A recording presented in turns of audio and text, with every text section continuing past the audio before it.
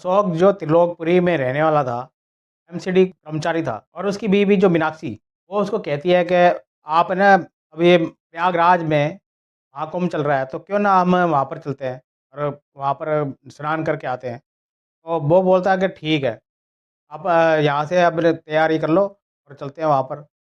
जब वहाँ पर जाते हैं, तो वहाँ पर ये जाते हैं 17 फरवरी को जाते हैं, 4 फरवरी की तारीख को वो फ़ोन करते हैं सुबह बच्चों को कि बच्चों ये न जो हम गए थे वहाँ पर तो वहाँ पर स्नान करने के लिए, तो स्नान तो कर लिया, लेकिन उस स्नान करने के बाद एक ऐसा रेला आया कि तुम्हारी मम्मी कहीं खो गई और वो समझ नहीं आ रहा मैं क्या करूँ? अब वहाँ पर ढूँढा भी चारों तरफ, कहीं भी नहीं मिली। तो बच्चे परेशान हो जाते हैं। वो बोले कि पापा चारों तरफ ढूँढो, पुलिस वालों को बोलो, कहाँ गई? अशोक बोलता है कि मैंने चारों तरफ ढूँढ लिया, मेरा माथा अब घूम रहा है, मुझे समझ नहीं आ रहा कि मैं कहाँ ढूँढूँ?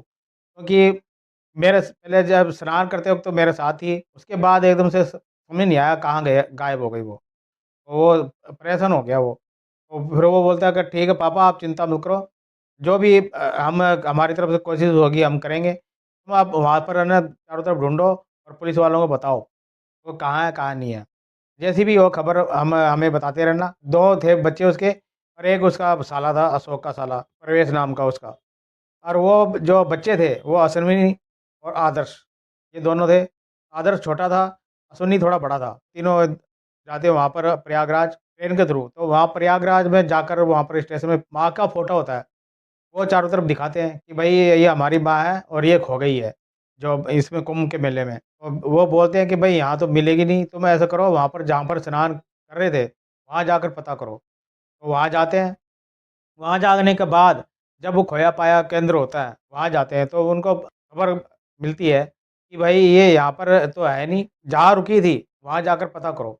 हाँ, ये दोनों रुके थे। तो कौन है ये तुम्हारे जो मम्मी-पापा है? मैंने कहा हाँ, मम्मी-पापा का वो कौन है वहाँ जाकर ढूँढो कहाँ है, कहाँ नहीं है। उसके बाद फिर वहाँ जो पुलिस वाला था दारागंज थाने में, वहाँ जाते हैं।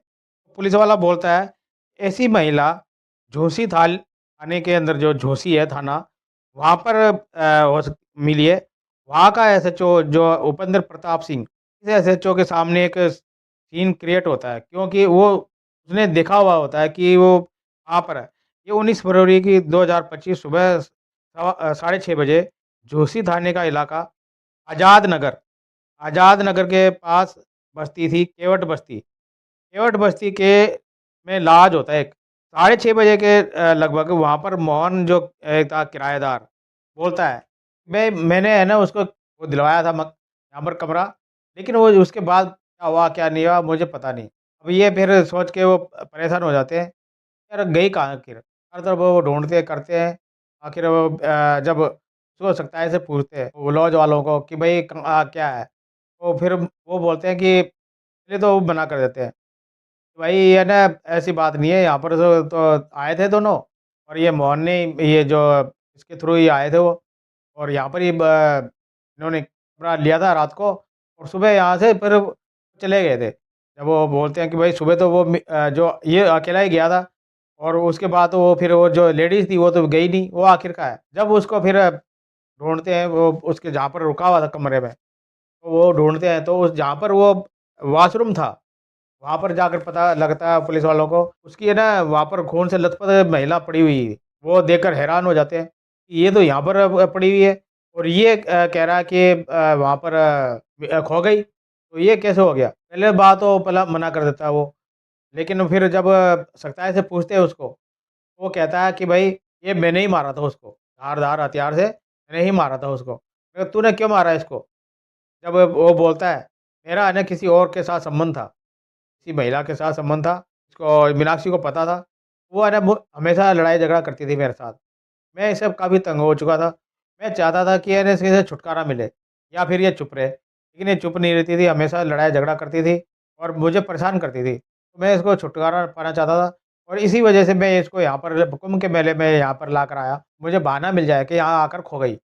लेकिन मेरी बदकिस्मती थी कि यहाँ पर फिर ये बच्चों ने आकर और ऐसे आपने मेरा मैं इसका छुटकारा पा लिया था इसे इसलिए मैंने इसको कत्ल कर दिया। कहाँ कुंभ के मेला कहाँ पाप धोने लिए जाते हैं और कहाँ इसने पाप कर दिया।